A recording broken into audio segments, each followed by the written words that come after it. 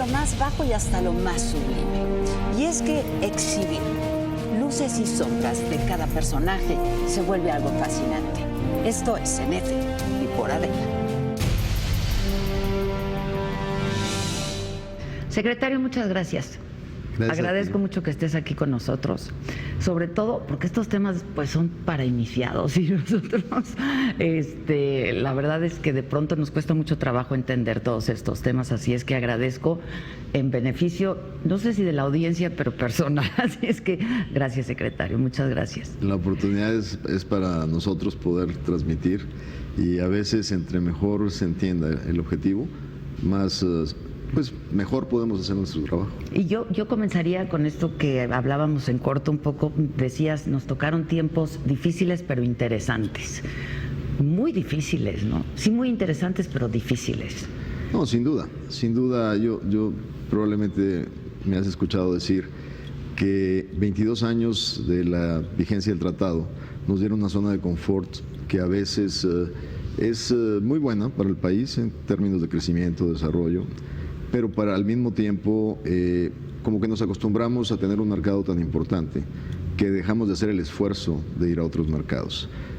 Hemos estado diversificando, pero no a la velocidad que el país requiere. ¿Esto nos obliga a hacerlo? Sin duda. Ya lo estamos haciendo.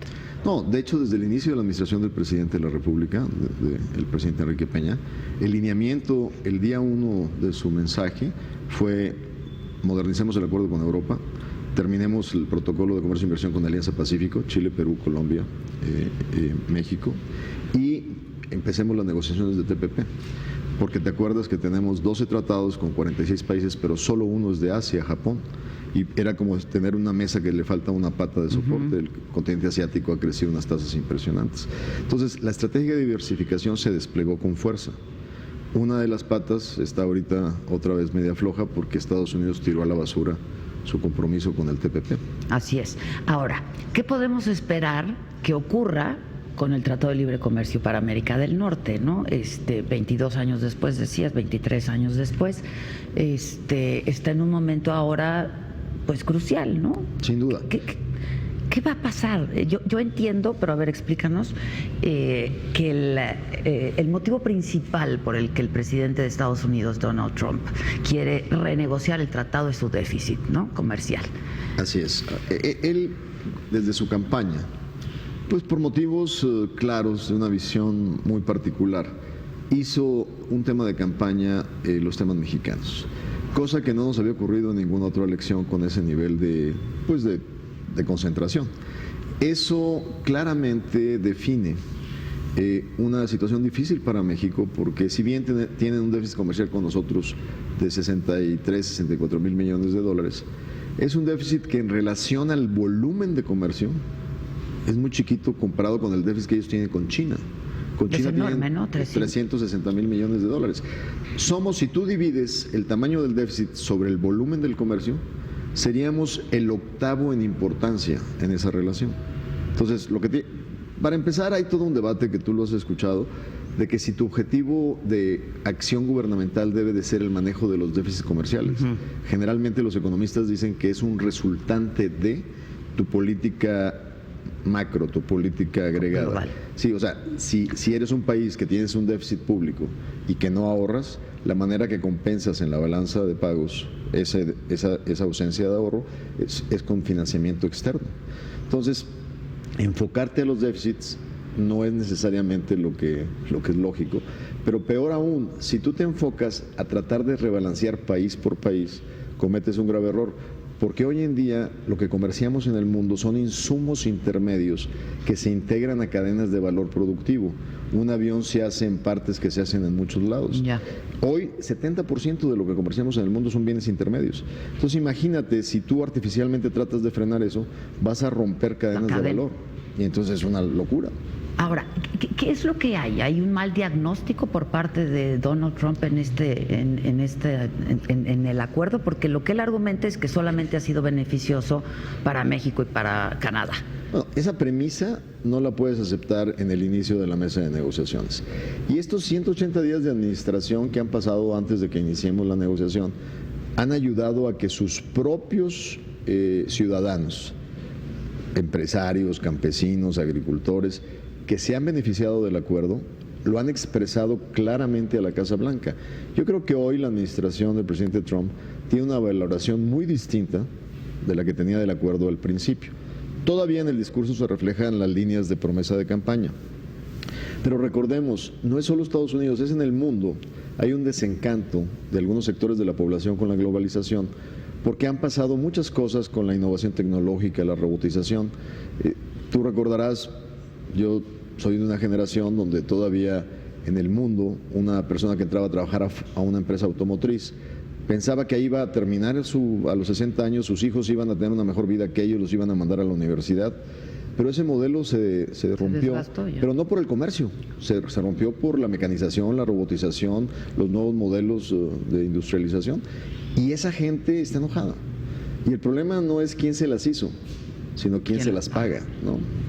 Pero entonces, ¿en qué momento estamos? Entiendo que la primera ronda de pláticas comienza en unos días, ¿no? Estamos la próxima semana. Próxima semana. Pero pues las exigencias por parte del presidente Trump, pues echarían abajo el libre comercio, ¿no? Es como una paradoja, porque entonces no estaríamos hablando de libre comercio. Si se fijan cuotas, si se fijan aranceles, pues entonces ya no es un libre comercio, pues. Fíjate que una de las cosas que desde enero que empezó este posicionamiento sobre lo que ahora va a iniciar, yo fui muy claro y inclusive fue parte del discurso del presidente en aquel 21 de enero que recordarás que nos dio directrices, objetivos de negociación. El presidente mismo, al dar instrucciones a su equipo, nos dijo, en materia de libre comercio ni un paso para atrás, ni aranceles ni cuotas de administración de comercio. En el documento que la Oficina de Negociación Internacional de Estados Unidos mandó al Congreso el 17 de julio, tú no encuentras ningún elemento que diga vamos a reimponer aranceles o cuotas para administrar comercio. Eso, de alguna manera, es una buena señal de que escucharon que no estamos dispuestos a dar pasos atrás. Sin embargo, si ves la lectura fina de ese documento, hay elementos de riesgo que podían ser utilizados para lograr eso. Por ejemplo. Ahí te va un ejemplo. Cuando hicimos este tratado hace muchos años, nos comprometimos a evitar el uso de salvaguardas. ¿Qué es una salvaguarda?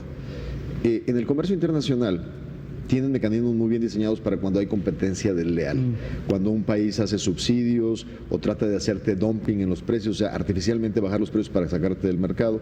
Y eso tiene su propio carril con investigaciones muy serias que están avaladas por la OMC.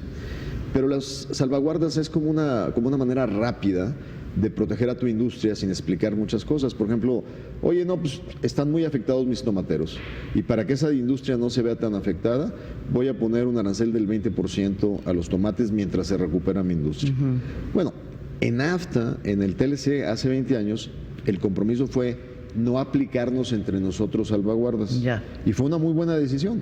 Si tú empiezas a coquetear con volverlas a introducir, el problema no es no solo para nosotros, el problema es para ellos. Imagínate que de repente se les hace fácil mandarles un salvavidas a los, inclusive no tan necesario, a los tomateros de Florida. El problema es que mis manzaneros de Chihuahua y los productores de maíz del Bajío van a venir a hacer fila para que van a querer lo mismo. Entonces vamos a empezar a desmantelar el libre comercio. Entonces hay que tener cuidado también que no haya trucos, no haya instrumentos que puedan ser utilizados para fortalecer el proteccionismo. Pero ¿qué tan optimista está? Es decir, ¿cuánto van a poder obtener? La instrucción del presidente es muy clara, en el sentido de que no hay un paso para atrás, ¿no?, en el libre comercio. Pero pues entonces, ¿cómo le van a hacer, secretario? Porque eso es lo que ellos quieren. Mira, no necesariamente, dicen, hay varias maneras de despellejar un gato, ¿no? A ver, dime una. Mira, un elemento crucial es entender, y yo lo he dicho, porque en el documento que ellos pusieron ese 17 de julio al Congreso, inician diciendo, los déficits ya son intolerables, tenemos que hacer algo para reducir. La respuesta a eso ha sido, todo lo que quieran que consideremos para mejorar el balance comercial, tiene que ser a través de expansión del comercio, no a través de restricción del comercio. O sea, no me pidas que yo contenga mi capacidad exportadora, no me pongas obstáculos para exportar. Sin embargo, analicemos lo que como región, Canadá, México y Estados Unidos estamos comprando a Asia. Lo que estamos comprando a Asia, no lo estamos comprando porque queremos simplemente tener cosas más baratas que lo que hay en América del Norte. No existen en América del Norte. Las cadenas de electrónicos se fueron de Estados Unidos desde los 80s. Todo está allá. Todo está allá. Entonces, ¿quieres que México compre más a Estados Unidos? Bueno, ten un programa de industrialización en materia de electrónicos y ofréceme productos, porque lo que yo estoy comprando a China es porque no hay en Estados Unidos. Es lo mismo que ellos le compran a China. Claro. Entonces pues obviamente hagamos un esfuerzo de reindustrializar sectores estratégicos en América del Norte para que a través de la expansión del comercio logramos un rebalanceo del comercio. Entonces, eso es factible, no lo vas a hacer mañana. Las cadenas de valor no se instalan en un día, ¿no? Pero es una línea con más sensatez en este proceso. Entonces, una de las cosas que es muy clara es que también hay áreas de oportunidad de mejoramiento. Un tratado que tiene 22 años de antigüedad. Claro, se puede. O sea, la economía se transformó en 22 años. Yo les doy el ejemplo, cuando yo era parte del equipo de aquel tiempo, se llamaba Secofi, cuando queríamos hacer consultas sobre negociación, hablarle a Herminio Blanco o a Jaime Serra, teníamos que ir a un teléfono fijo. Solo había algunos privilegiados con unos bloques de este tamaño para llamar celulares. O sea, no había el desarrollo de las tecnologías de la información que hay hoy. La influencia de las tecnologías de la información en la manufactura, el Internet de las cosas, cómo controlas calidad en los procesos, no existía. El mundo energético de América del Norte era otro. Estados Unidos no había descubierto el gas shale, el de lutita, ni el petróleo de lutita. Los canadienses apenas desarrollaban fuerte las tecnologías de petróleo de arenas. Nosotros no teníamos el mercado liberalizado en cuanto a inversión en energía. Hoy América del Norte es una potencia energética. Tenemos que reflejarlo en ese tratado porque la energía es la base de cadenas productivas estratégicas. Hoy la molécula de gas te cuesta en América del Norte una tercera parte de lo que te cuesta en Asia o en Europa. Y la molécula de gas es la base de plásticos, textiles sintéticos, es el 25% del costo del cemento, del acero. Entonces estamos sentados en una ventaja comparativa increíble. Entonces, solo un ciego no puede ver que a través de esas estrategias de integración puede lograr mucho más generación de valor que andar restringiendo el comercio. Pero a ver, entonces lo que tú nos estás planteando ahora es que puede ser incluso un escenario favorable para nuestro país. Puede serlo. Pero hablabas también de la sensatez, cosa que allá pues no se ve que sea muy común. Y entonces, pues no parece que estemos en el mejor de los mundos, secretario. Pero uno de los elementos que ha ayudado, no a la velocidad tal vez necesaria, es que el tiempo les ha ayudado a la nueva administración a ubicarse en un contexto más realista de procesos. Te doy un ejemplo muy práctico. En junio se anunció con bombo y platillo que iban a usar una medida especial en la ley de comercio norteamericana para ponerle restricciones aranceles al acero con una justificación que en el comercio internacional es muy difícil probar, por motivos de seguridad nacional, la famosa 232, y dijeron que a todo mundo le iban a aplicar porque iba a ser motivo de seguridad nacional. Pues se hizo una rebelión, los aliados empezaron a quejarse, el gabinete en Washington debatió, y estamos a más de 2 meses de ese anuncio, y sé que se va a hacer algo, pero ya mutó a una serie de transformaciones que seguro va a haber una acción, pero una acción muy específica para países que tienen exceso de capacidad en materia de acero y que han inundado el mercado mundial. ¿Eso qué te dice? Que la administración en 2 meses aprendió la realidad en el contexto donde está y tuvo que acomodar su estrategia para algo viable. Tú hablabas en algún momento del desorden en el gabinete, ¿no?, del presidente Trump. Han pasado algunos meses. ¿Qué piensas ahora, entonces? Yo creo que una gran señal con el nombramiento del nuevo jefe de gabinete del presidente. Y vimos acciones de un señor que tiene un entrenamiento militar y que yo creo que va a introducir disciplina en el proceso que creo que es muy saludable. En su capacidad previa vino a México fue un hombre muy sensato en las discusiones que tuvo con el secretario de Gobernación y el secretario de Hacienda, y creo que esa es una muy buena señal de que al menos hay una disposición de disciplina en los procesos de diálogo. Ahora, entonces, ¿qué sí estamos dispuestos a dar? Cuando tú dices, bueno, va a modificarse, no va a venir con todo, lo que él planteó desde un principio, algo se tendrá que hacer. ¿Qué estamos dispuestos a dar en la mesa de negociación? Mira, cuando tú entras a una negociación, tienes que tener una visión muy clara a dónde quieres llegar. Hay temas que fundamentalmente tenemos que aclarar por beneficio de todos, que tenemos que... Hay cuestiones sanitarias y sociosanitarias en materia del comercio de bienes agrícolas que a veces no se usan con el rigor científico que se deben de usar para permitir el comercio. Recordarás que ellos nos dejaron los aguacates fuera del mercado norteamericano por años, con la famosa mosca prieta del aguacate que nos impidió exportar. Hoy en día solo nos dejan exportar aguacate de Michoacán. Y queremos exportar aguacate de Jalisco y queremos a Estados Unidos. Claro que nuestro aguacate de Jalisco se exporta a Europa, pero ahí tenemos que aclarar cosas que también a ellos les interesa, porque ellos nos han estado solicitando desde el inicio del TLC el acceso de la papa americana, de esas famosas Idaho Potatoes, ¿te acuerdas? Sí, claro. Que aquí en México no las tenemos, pero por motivos sanitarios las hemos restringido en entrada. Acaba de salir una noticia ahí de un tema de controversia entre la Secretaría de Agricultura y la Asociación de Papa, porque la verdad es que pues ya después de 22 años, pues como que el mercado dice, ¿y por qué no han entrado las papas de Estados Unidos a México? Las papotas. Ok, entonces cuando tú dices, uno tiene que tener muy claro qué quiere. ¿Qué queremos nosotros, secretario? Porque ustedes además son expertos negociadores, ¿no? Muy experimentados. Nosotros ahora estuve en el Senado de la República, en la Junta de Coordinación Política, el día 27 de julio, y lo hicimos porque tenemos que cumplir con un requisito de la Ley de Tratados Internacionales, que es informar al Senado al inicio del periodo de sesiones del inicio de una negociación.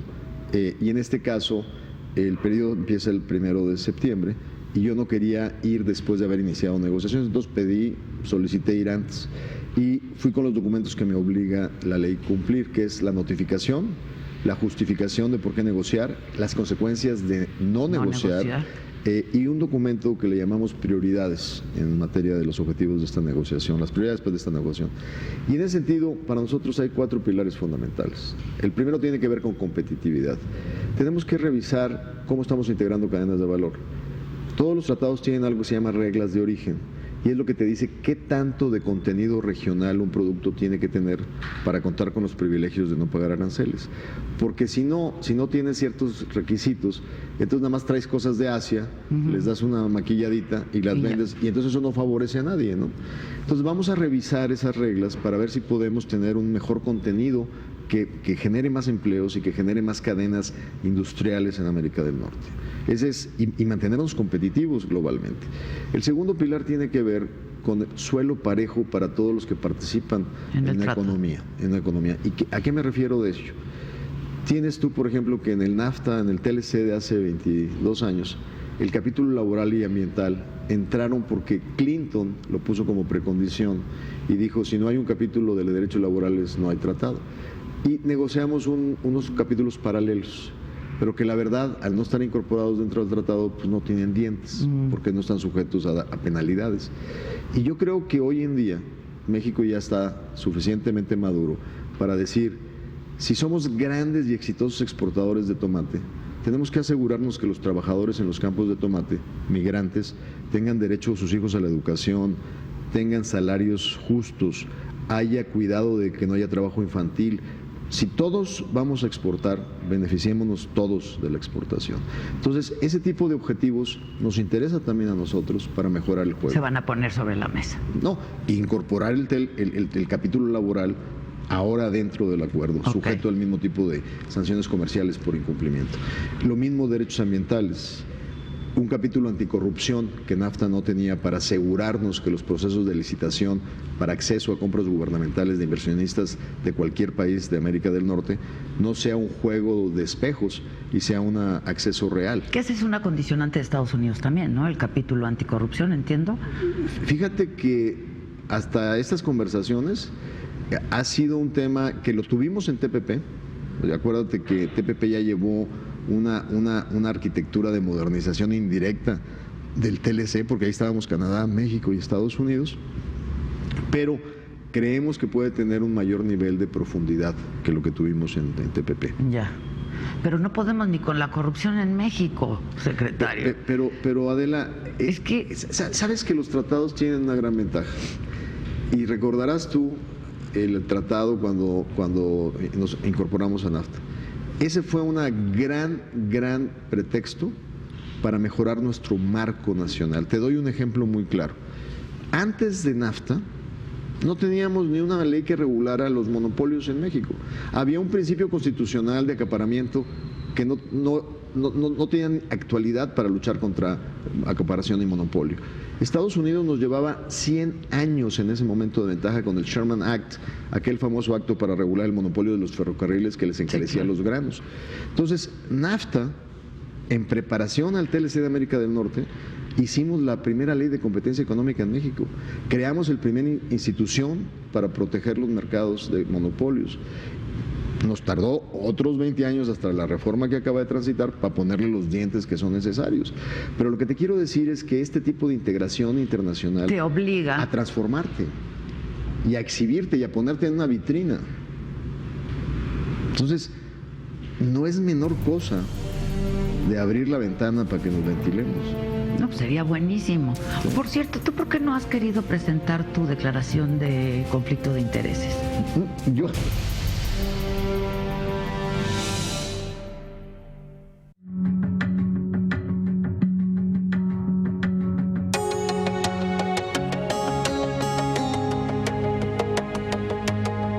¿Quién ganó y quién perdió en la jornada de negocios? Susana Sáenz tiene los nombres, datos y hechos tal como son. Ganadores y perdedores con Susana Sáenz.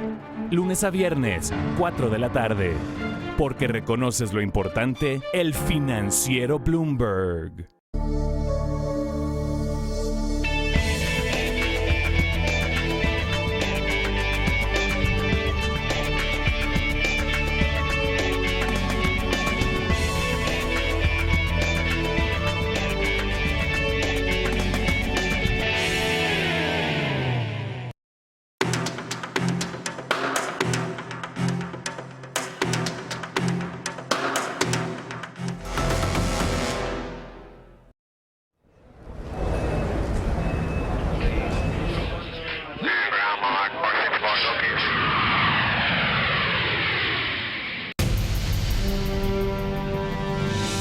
Por cierto, ¿tú por qué no has querido presentar tu declaración de conflicto de intereses? Yo, perdón, pues sí. O sea, yo la tengo porque como soy miembro del Consejo de Pemex y soy miembro del Consejo de CFE, yo estoy obligado a claramente estipular mi... Pero no estás muy de acuerdo, ¿verdad? En transparentar... No, yo sí. ¿Cómo? ¿Sí? Sí, probablemente a lo que tú haces referencia es, en mi declaración patrimonial, todos mis bienes están transparentados. Lo que no transparento son mis cuentas bancarias. Ah, ya. O sea, es que mi tierra se ha vuelto un poquito insegura últimamente. Soy de Monterrey. Sí, yo sé. Entonces, o sea, y yo vivo en una colonia de clase media, que es la colonia Cumbres, donde ya han subido los secuestros y han subido las extorsiones. ¿Pero es exclusivamente por motivos de seguridad, digamos? Sí, o sea, te pones un signo de pesos en la frente. Ya. O sea, digo, tampoco es la gran cosa, pero para este tipo de secuestros express que estamos viendo en Monterrey, no es muy saludable que sepan que pueden sacarte a una lanita en 24 horas, ¿no? Yo todavía no quería entrar a la grilla, pero si quieres... Sí, se interpretó como que estoy criticando al señor. No es una crítica del señor gobernador. No, pero lo voy a dejar para más adelante porque yo quiero insistir en... A ver, van a sentarse a la mesa, ¿no? El próximo 16, que comienza la primera ronda. ¿Con qué? ¿Cómo están mandando a los negociadores? Bueno, primero, comentarte que alineamos ya la organización del equipo mexicano. Tenemos 3 niveles en la negociación. El nivel de negociadores técnicos, donde nombramos a Ken Smith, siempre digo su segundo apellido, es Ken Smith Ramos. hijo de mexicanos, quien fuera nuestro representante en Washington, y es un hombre que tiene más de 20 años con nosotros. Lo contratamos cuando recién egresaba de su maestría hace 20 y tantos años en la negociación del primer TLC. Él encabeza, ¿no? El equipo. Él, la parte técnica del día a día. Y él es apoyado por un negociador adjunto que se llama Salvador Béjar, que también tiene 20 y tantos años en la Secretaría. Y, digamos, como enlace a nivel por encima está el subsecretario, un poco lo que era Herminio Blanco en aquel tiempo, que es Juan Carlos Becker. Él es quien monitorea todas las negociaciones internacionales con Europa, con Brasil, Argentina, el TPP-11 que queremos avanzar. Y a nivel de ministros, pues estoy yo y mi contraparte es Lighthizer, y la ministra Freeland, que es la canciller canadiense, pero que le dio especialmente el primer ministro las atribuciones de negociación comercial para el TLC de América del Norte. Ese es el equipo. Okay. Ahora, ¿qué características personales le ves, por ejemplo, a Kenneth Smith Ramos? A Kenneth, yo te diría, primero, un hombre que, al igual que los otros tres que todos han trabajado en algún momento de su vida en la oficina en Washington y todos han sido directores generales para América del Norte, conocen a los players, conocen a los jugadores, conocen a los congresistas, conocen a los asistentes de los congresistas, conocen a los presidentes de organizaciones empresariales. O sea, tienen el network y el conocimiento técnico de lo que estamos haciendo. Okay. Pero además tienen una buena mano izquierda. O sea, tú no puedes tener a un presidente de la República como Enrique Peña Nieto, que demostró su precisión y calidad en la llamada que se filtró en la Casa Blanca, donde el objetivo no se le perdió y donde el lema que podría yo caracterizar esa llamada es: lo cortés no quita lo valiente. No podemos tener un presidente así con un negociador que sea bravucón. Entonces, Kenneth Smith es un hombre que tiene mano izquierda, que tiene conocimiento, y esa es la característica del equipo. O sea, tiene paciencia, tiene tolerancia. Y en una negociación tienes que tener paciencia. ¿Y tú? Yo soy norteño. Yo soy un poquito más... ¿mecha corta? un poquito mecha corta, pero estoy consciente de que la tengo que controlar. Ok.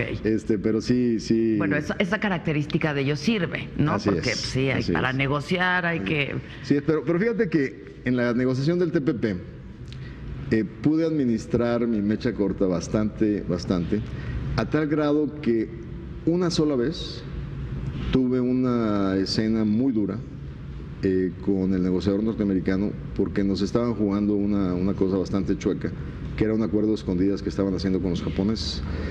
Y gracias a que no fui blofista ni gritón toda la negociación, el día que tuve que hacerlo, ese día atoramos la negociación en Hawái y en un mes tuvieron que reaccionar a responder a los objetivos de México. ¿Qué dijiste?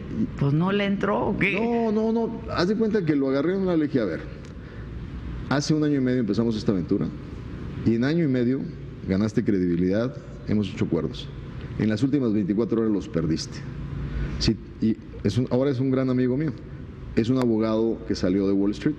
Le dije, si crees que la manera como haces deals en Wall Street es la misma que negocias con estados soberanos, estás muy equivocado. Entonces, la reacción fue de veras. Y hubo, o sea, había muchos temas que estaban presionando a Chile, pero ese día, cuando se dieron cuenta que no iba a haber cierre en Hawái porque nosotros nos atravesamos, todos los países que estaban con temas pendientes, gracias a Dios, fíjate, que hubo un tema mayor. Y esta historia, pues no te la tengo que contar yo, te la puede contar la industria de autopartes, que era la que estaba peligrando en este tema, ¿no? Ya. Ahora, ¿tú vas a estar en las mesas en algún momento, secretario? Nosotros arrancamos la del 16. El mecanismo es, simultáneamente arrancas todos los temas. O sea, ¿pones todas las cartas sobre la mesa desde un principio? No. Okay. ¿Qué quiere decir? Pones los documentos de acuerdo, cada quien los redacta y empiezas a encorchetar. Okay. Oye, esto que dijiste no está acordado, ¿eh? Okay. Ese es tu punto de vista. Tal vez ellos van a decir, lo que México puso acá tampoco estamos de acuerdo. Y entonces empiezas a encorchetar.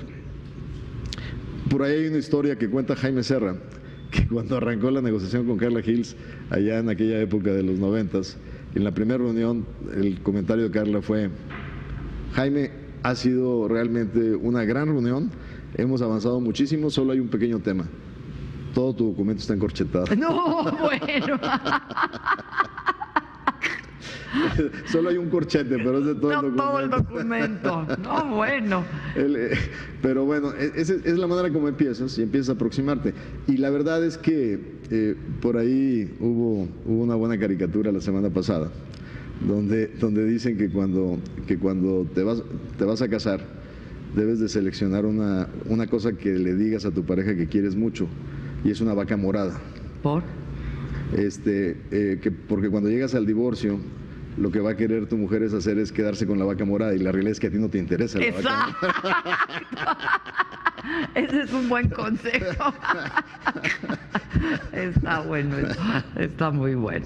Bueno, y entonces tú vas a estar el primer día, el 16. Ahí vamos a estar en el arranque del proceso. Y luego y lo que pasa es, conforme terminas una secuencia, van a ser 4 días de trabajo técnico, los negociadores, los ministros van a tener intercambio, una reunión al inicio del siguiente proceso para decir, a ver, esto que estás diciendo no tiene mucho sentido, y tratas de limar y dar instrucciones superiores para ir desatorando temas o ir haciendo paquetes de acuerdos, ir avanzando en los procesos. Tradicionalmente, TPP, por ejemplo, nosotros nos incorporamos el 3 de diciembre del 2012 a la primera negociación y lo firmamos el 4 de febrero del 2016. 4 años después. No, 3 años después. 3 años después. Y como te vas aproximando a los temas, es viendo cómo vas equilibrando las necesidades y los intereses de todos, ¿no? Esta negociación claramente tiene incentivos muy fuertes de que el proceso, de hecho, si lo ves en el calendario, TPP, los ministros, los grupos de negociadores se reunían como cada 2 meses, cada 3 meses. Ahora nuestra frecuencia de reuniones es cada 3 semanas. Ahora, para pasar a la segunda ronda de pláticas, ¿tienes que terminar la primera? Es decir, ¿sin corchetes la primera? No. Okay. Tú arrancas con posicionamientos que se van a ir despejando en los procesos. A través de todas las rondas, que se estima sean 6, 7 rondas. Creemos que este año, para el 31 de diciembre, podamos desahogar mínimo 7 rondas. Ok. Ahora, tú hablabas del tiempo, y a un inicio decías que ha sido un buen aliado. Pero, pues, yo no sé, ahorita está un poco contrarreloj o no, porque en el 2018, el año que entra, hay elecciones en México y elecciones legislativas en Estados Unidos. Entonces, ¿eso cómo juega? ¿Cómo va a jugar el tiempo en este caso, un año electoral? Yo lo que creo es, y lo que he dicho es que el hecho de que tengamos elecciones en los 2 países es un gran incentivo para ser muy eficientes en este proceso de negociación. ¿Y hacerlo expedito? Tratar de hacerlo muy expedito, pero claramente, y así lo acabo de decir en la Comisión de Relaciones Exteriores del Senado esta semana, no hay concesión de sustancia por tiempo. Okay. O sea, no vamos a sacrificar contenido por tiempo. Sin embargo, estamos conscientes de que es en el mejor interés de Estados Unidos y de México que esta negociación ocurra en un tiempo que nos permita consolidar este acuerdo antes de las transiciones de su Congreso y de la transición presidencial. Claro, porque ¿cómo garantizar que a lo que se acuerde ahora el próximo presidente de México se vaya a comprometer, ¿no? Y además respete los acuerdos. Pues. Y además hay una evidencia clarísima. Estados Unidos le gastó 5 años a la negociación de TPP y todos nos comprometimos ya con un handshake. Exacto, y con una firma. Llegó Trump y lo tiró a la basura. Entonces ellos mismos son los que tienen la historia que les demuestra que no vale la pena dedicarle capital de negociación a un país cuando el país tiene un proceso de cambio que nadie les garantiza que se cumplan los acuerdos. No hay garantía, ¿verdad? Si no se concluye antes de la elección, no hay garantía de nada. Puede llegar el próximo presidente y decir, pues yo no acepto los acuerdos. Así es. O sea, si te toma sin haber terminado el proceso legislativo. Entonces, ¿estás preocupado o no? Mira, la verdad es que esto te debe de ocupar, te debe de comprometer a un proceso, te debe de dar claridad de lo que quieres. No te puedes sentar a una mesa sin saber qué quieres y qué no estás dispuesto a aceptar, porque eso es fundamental. Y es algo que es clarísimo. Tenemos que tener una opción B. El escenario de que Estados Unidos diga, me salgo del TLC de América del Norte, no es un escenario con probabilidad 0, o sea, puede ocurrir. creo que en esto de desarrollo... Un escenario real, digamos, ¿no? Sí, tal vez hoy con menor probabilidad de lo que creíamos tenía hace algunos meses, pero no es descartado totalmente. Entonces, tú te tienes que sentar con una opción. ¿Cuál es nuestro escenario B? Nuestro escenario B es que si llegas ahí tienes que estar listo para prestarle el acelerador de mercados alternativos, de dónde vas a traer el trigo, de dónde vas a traer el maíz, cómo vas a diversificar tus mercados, vas a abrir el mercado de automóviles con Brasil y con Argentina y con otros países para reorientar tu capacidad exportadora, pero también en ese escenario B, aun y cuando no exista el TLC de América del Norte, hay que trabajarlo paralelamente. Sí, pero también tienes una certidumbre. Te irías a reglas de Organización Mundial del Comercio, donde para exportar autos ligeros, que es nuestra principal exportación a Estados Unidos, la tarifa es 2.5%. ¿Me explico? O sea, sí. Tampoco es el fin del mundo. Sería de acuerdo a la OMC, digamos. Exactamente. Ok. ¿Qué? 3 cosas importantes. Me dices, tienes que estar clarísimo de qué quieres y de qué estás dispuesto a dar. ¿Qué queremos?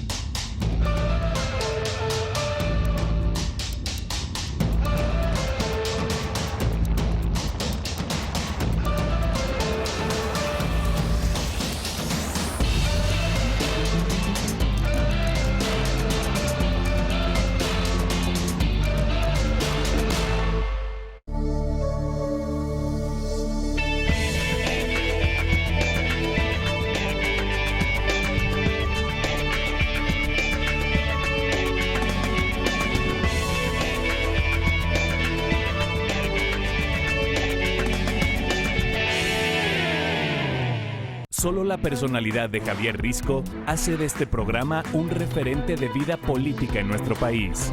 Noticiero estelar del financiero Bloomberg, La Nota Dura, con Javier Risco. Lunes a viernes, 10:30 de la noche. Porque reconoces lo importante, el financiero Bloomberg. Me dices, tienes que estar clarísimo de qué quieres y de qué estás dispuesto a dar. ¿Qué queremos? Básicamente, competitividad, como lo dije, piso parejo para todos los jugadores de beneficio del acuerdo. El tercero es la modernización, los temas de tecnologías, de energía. Y el cuarto, que no lo he mencionado, es certidumbre. Los acuerdos también significan certidumbre para los inversionistas, para el desarrollo de cadenas productivas. Y esa certidumbre empieza por decir cómo vas a dirimir controversias, cómo vas a establecer medidas claras y transparentes de requerimientos y de procesos sanitarios, sociosanitarios y de otra naturaleza, de tal manera que haya reglas claras y proteger esas reglas claras. Entonces, eso es lo fundamental para seguir avanzando en esta integración que hemos construido en 20 años. Ok, ¿qué no estamos dispuestos a dar? ¿Qué te haría levantarte de la mesa? Levantarme de la mesa son medidas claras de restricción al comercio, de intentar tener mecanismos de poner aranceles de una manera indirecta pero real, elementos que realmente son dañinos. Y a favor de eso están los testimonios de los funcionarios norteamericanos que ante senadores del Congreso estadounidense han dicho todo lo que haremos, evitaremos, y la palabra que usaron, we will not do harm. O sea, no haremos daño a lo que se ha construido.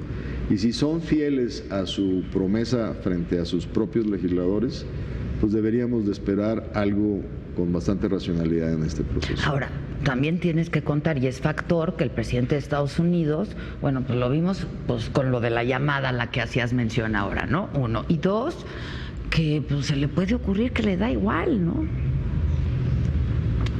Afortunadamente, una buena parte de los ganadores en Estados Unidos de este acuerdo es gente que votaron por él. El famoso miércoles negro aquel donde hubo el rumor de que a lo mejor disparaban el anuncio de salirse del acuerdo, los que más se movilizaron fueron los agricultores de los estados que votaron por él, que son los que nos venden. Somos el primer comprador de maíz amarillo de Estados Unidos, de fructuosa, de carne de pollo, de carne de puerco. Entonces se dio cuenta que no es políticamente sin costo el tomar una decisión de este tamaño, porque puede afectar a las mismas comunidades que votaron por él. Y él ya está pensando en la reelección. Parecería ser que sí. O sea, cualquier presidente con posibilidades de hacerlo lo pone en operación. Ahora, lo que a ti te parezca sensato no significa que es lo que vaya a hacer el presidente de Estados Unidos. Entonces yo creo que esa pues es una variable a tomar en cuenta, ¿no? Por eso te digo que tenemos que tener siempre la opción B, porque si tú no tienes un plan alternativo de respaldo, no tendrías capacidad de tomar una decisión de decir, bueno, si no te gusta que te vaya bien, porque de otra manera, si no tienes un plan alternativo, irías simplemente con una libretita para tomar la orden como si fueras un mesero, ¿no? ¿Qué quieres? ¿Qué quieres? Y no tendrías posibilidades de negociar, ¿no? No hay posibilidad de que México asuma esa condición, ¿no? No solo no hay posibilidad, no tiene racionalidad económica, porque si no tenemos un buen acuerdo que beneficie a las... No tiene racionalidad económica ni viabilidad política. Y te explico por qué. A ver. Por lo siguiente. Hace 20 y tantos años que negociamos, más de 22 años que negociamos el acuerdo existente. Tú participaste, ¿no? Yo estaba en ese equipo de negociación que dirigía Serra y Herminio Blanco. Y en una discusión, era uno de los miembros que participaba en el sector agrícola. Si tú les pedías, oye, ¿cómo que 5 años para liberalizarme el jugo de naranja? Yo necesito que me lo abran más rápido. Decían, no, si te doy jugo de naranja se me van a enojar los diputados de Florida. Y si se me enojan los diputados de Florida no van a votar por el TLC. ¿Qué quieres? ¿TLC o jugo de naranja? Y cuando yo les hacía el mismo cuento en aquella época, oye, no, espérate, el maíz vamos a llevarnos lo más largo plazo porque se me van a enojar los diputados del Bajío. Me decían, tu presidente tiene mayoría y tu partido es bien disciplinado, así es que lo que diga tu presidente es lo que van a hacer. Bueno, ahora resulta que la democracia es el mejor instrumento para fortalecer al Estado mexicano frente a este tipo de negociaciones. Porque ellos saben en Washington que yo tengo que regresar con un tratado que pueda vender, porque el partido del Ejecutivo en el Senado no tiene mayoría. Y a la oposición, solo si le presento una opción negociada donde todos ganemos, me la van a aprobar. De otra manera, se podrán quedar con lo negociado sin aprobación en el Senado mexicano. Ahora, ¿en el 94 sí fue un ganar-ganar, claro, secretario? Claro. Simplemente observa tú lo que ha pasado en la economía mexicana. No estoy diciendo que haya sido un instrumento perfecto, porque tampoco le podemos pedir peras al olmo. Además, todo es perfectible. No, y no podemos pedirle peras al olmo, y te explico por qué. Primero, claro que se ha transformado la economía mexicana. Antes de que nos abriéramos al mundo, exportábamos 37, 38% manufactura y 60 y tantos % petróleo y minerales. Hoy nuestras exportaciones son 90% manufactureras. Exponenciamos nuestras exportaciones por 7. Los salarios promedio del sector exportador son mínimo 2.7 superiores al promedio de los salarios en la economía. La inversión extranjera, antes de NAFTA, antes del TLC de América del Norte, era en promedio 2.5 mil millones de dólares al año.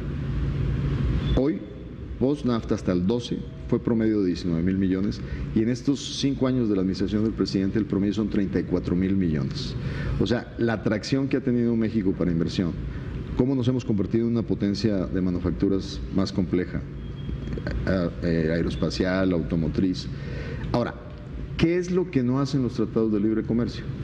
No te garantizan un desarrollo equitativo entre regiones, como es claro en este México dual que tenemos entre el sur-sureste, el Bajío, el centro, el norte, y tampoco te solucionan la equidad entre jugadores económicos. O sea, cómo se distribuyen los beneficios. Eso lo tienes que hacer con mejor calidad de tratados como hoy los queremos actualizar y lo tienes que hacer con las políticas públicas correctas. Déjame hacerte mi última pregunta sobre el tratado. El peor de los escenarios, ¿cuál sería? Es decir, si México se levanta de la mesa o Estados Unidos dice no le voy a entrar, tú ya tienes un escenario B, ustedes tienen un escenario B, un plan B, pero pues no sería beneficioso para México, ¿no? O sea, si fue un ganar-ganar, pues ahorita sería un perder-perder, ¿o qué? No, ahora, claramente. La neta, porque claramente, al ciudadano de a pie que a ver, claramente no tener el acuerdo de libre comercio americano, todos perdemos. Okay. El tema es cómo minimizas las consecuencias. Pero ese escenario lo tienes que tener porque de otra manera no vas a tener una buena negociación. Okay. Alguien decía el paralelo... no vamos a llegar a decir, a hacer berrinche, si no quieres no, ya me voy, ¿no? Porque no nos conviene. Llegas constructivamente, okay. llegas con la visión de lograr construir de que no se pierda el tratado. Y el escenario paralelo es, pues sí, solo si me arrinconas, si no me dejas salidas, pues esto no puede avanzar. Pero claramente tu observación es perfecta. Es en el mejor interés de todos procesarlo, que salga bien y que logramos un espacio para que todos ganemos. Ya. ¿Cuál es tu nivel de confianza de que eso pueda ocurrir, de verdad? O sea, alto. En un escenario real. Es alto, porque recordemos que en nuestros países, si bien los ejecutivos somos parte esencial de este proceso de diálogo y negociación, somos también, tenemos que responder a nuestros sectores productivos, nuestros sectores privados, nuestro cuerpo legislativo, y es la sociedad misma la que también te va a poner ciertas directrices y definiciones. Nosotros hicimos un proceso de consulta que empezó el 1 de febrero y que luego lo abrimos en internet a la ciudadanía abierta. Lo mismo hicieron los canadienses, lo mismo hicieron los estadounidenses, y respondemos a los deseos y las necesidades de esa comunidad. Dentro de esto también vas a escuchar fatalistas y gente que tiene visiones distintas. Hay gente que nos dice, saquen al capítulo agrícola del TLC de América del Norte. Ahorita yo tengo, en Reforma, ahorita yo no puedo llegar a mi oficina, está una manifestación de organizaciones sociales, pero me gustaría que le preguntaran a los jornaleros que trabajan en el tomate, a los exportadores de tomate, de aguacate, de espárragos, de bell peppers, de todos los productos frescos mexicanos, que hoy, en este año el 16, lograron un superávit comercial de exportaciones por primera vez en la historia de México en el sector agroalimentario. Entonces, puedo entender que una organización social de muy pequeñitos productores, que generalmente es autosubsistencia, puedan decir no nos interesa el tratado, pero hay que tener la visión completa de la sociedad y la economía nacional. Ok, entonces, pero sí, y los ves a ellos con el ánimo también de acordar, o sea, están conscientes de que si no se da también pierden. Obviamente, obviamente, y en la mejor muestra es el acuerdo que tuvimos que desarrollar en azúcar. Eso es lo que yo te iba a decir. Hay quien señala que no fue un acuerdo muy beneficioso para México, secretario. Dinos la verdad. Otra vez estos temas son para iniciados, pero... pero te lo platico y tú concluyes si es bueno o no. Y voy a tratar de hacerlo muy rápido. México batalló mucho para que el objetivo del primer Tratado de Libre Comercio de América del Norte se cumpliera, que eventualmente llegáramos gradualmente al libre comercio de azúcar. ¿Por qué es muy atractivo para los mexicanos, los refinadores mexicanos, el poder vender azúcar a Estados Unidos? Porque ellos tienen un programa que no es de libre mercado, sino que paga un precio especial.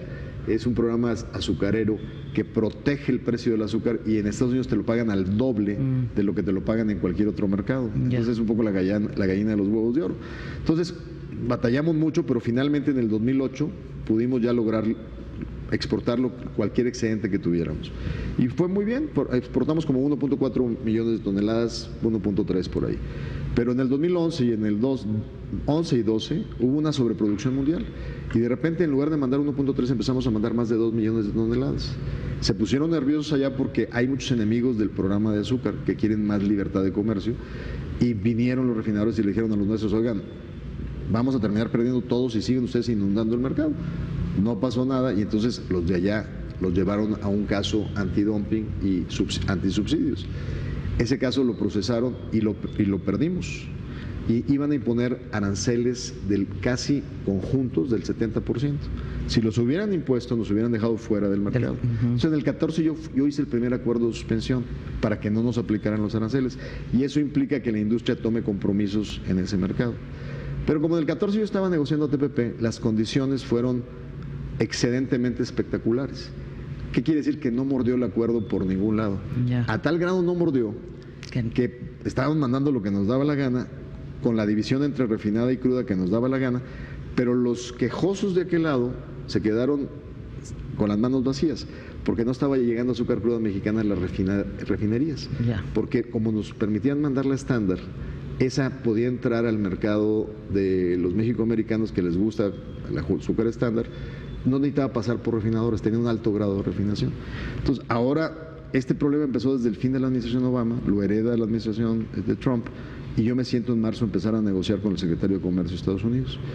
Obviamente los refinadores que se sintieron que habían ganado la elección porque apoyaron a Trump, dijeron, pues ahora sí, vamos a sacar a los mexicanos del mercado. Y las condiciones de arranque fueron ni nada, nos van a mandar solo 10% refinada, no queremos esto, no les vamos a dar el derecho a ser los únicos proveedores, y empezamos a negociar. Afortunadamente teníamos una buena alternativa, donde claramente les dije, a ver, si ustedes me rompen el mercado del azúcar, automáticamente no solo se trata de azúcar, se trata de endulcorantes, donde también entra la fructosa. Y como yo les compro a ustedes mucha fructosa, pues vamos a entrar en un problema muy serio. Y de ahí empezamos a negociar. ¿Qué obtuvimos en esa negociación? Sí, tradicionalmente le mandábamos 40% del total de refinada, cedimos 10 puntos porcentuales en el mercado de refinados para tratar de garantizar que les llegara azúcar cruda a los refinadores norteamericanos, pero obtuvimos el derecho a ser el país al que por obligación nos tienen que preguntar si podemos ofrecerle los excedentes antes de ir a cualquier otro país del mundo. O sea, vamos mano. ¿No? O sea, en el cotidiano México va mano, digamos, ¿no? Sí, o sea, somos mano, pero no solo eso, sino que el volumen total no perdí. Puedo exportarles los volúmenes que originalmente había acordado. Tuve que aceptar un cambio en la distribución entre refinada y cruda, pero ¿cuáles son mis terrenos de preocupación? Los jornaleros productores de caña, que ellos ganan simplemente con que se exporte azúcar. Claro, hay un impacto entre las empresas de refinación si puedes exportar 30 o 40% de refinado, pero en el total eso, al escenario de tener aranceles del 70%, fue una solución. Pero te mando una señal, que hay espacio para tener compromisos creíbles y ejecutables que se cumplan. Y esto, fuimos el primer país que tuvo un acuerdo de suspensión con los Estados Unidos. A los canadienses les impusieron una tarifa en maderas del 25%, sin darle chance de sentarse a la mesa. Entonces, justo te quería yo preguntar eso, cuando se sientan a la mesa, es que me estoy imaginando la escena. ¿Cómo los tratan? ¿De igual a igual? ¿O hay ahí un aire de superioridad? ¿O si somos del patio trasero? ¿O qué? Mira, la neta. A ver, yo tuve 3 años de negociaciones con Penny Pritzker y con Mike Froman de la administración Obama. La verdad, tuvimos en la Secretaría de Comercio de Estados Unidos una de las mejores aliadas de México para construir un tablero de coordinación de acciones de facilitación y de mejora de la relación comercial sumamente importante. Cambia la administración. No era fácil empezar el diálogo con una administración que estaba encabezada por un presidente que les dijo a sus electores que México era la base de todos sus problemas. Entonces, el arranque no era fácil. Sin embargo, Wilbur Ross es un empresario exitoso, con mucha credibilidad, con mucha escucha, y hemos construido una relación muy fuerte, de mucha confianza, y es un hombre sereno y muy centrado. Entonces, en el caso de Wilbur Ross, nunca ha habido amenazas ni subidas de tono. Tuvimos un impasse cuando empezamos a negociar azúcar, donde tuvimos que decir, pues si no hay movimiento de tus refinadores, pues yo tampoco me puedo mover, y estuvimos un mes sin poder avanzar, pero sin agravios. O sea, tú no puedes meterle o contaminar este tipo de cosas con predisposiciones personalizadas o de actitudes suficientemente complejas sin actitudes personales. Sí, claro. Es que me lo estoy imaginando. No, hay historias interesantes de mi nuevo colega en la agencia de negociaciones, del señor Lighthizer. Hay una historia muy famosa porque él fue el deputy, el segundo de a bordo en la época de Reagan, cuando estaba negociando con los japoneses el tema de cuotas automotrices. Lo declaro, no sé si sea cierta, pero ha circulado en muchos medios de comunicación en Estados Unidos, que cuando los japoneses le pusieron una propuesta de arreglo para el tema de automotriz, dicen, y eso ya sería, Bob lo diría si es cierto o no, que agarró la propuesta, la hizo como en forma de avioncito y se la regresó. Oye, es que las características personales cuentan, ¿no? Sí, o sea, sí, pero creo que ahora está muy bonito el avión. Bob Lighthizer, yo creo que después de más de 20 años de haber sido deputy, creo que la vida le ha dado algunos instrumentos para saber que las actitudes no ayudan en procesos no, esas de arrogancias luego no ayudan mucho. Oye, bueno, rápidamente, secretario, ¿te queda tiempo para otra cosa que no sea NAFTA ahorita? Mira, no, No, o sea, claramente te diré, mi partido está esta semana en procesos de asamblea y de reuniones para definir los documentos básicos. Yo estaré yendo hoy en la tarde a la mesa de Toluca. Ya traigo en mi bolsa mi día de vacaciones, que lo tomo a partir de la hora de la comida. Y seguramente estaré participando en la asamblea del sábado. Pero claramente mi responsabilidad única en este momento es esta responsabilidad comercial en todos los frentes, porque no solo Estados Unidos es la modernización del acuerdo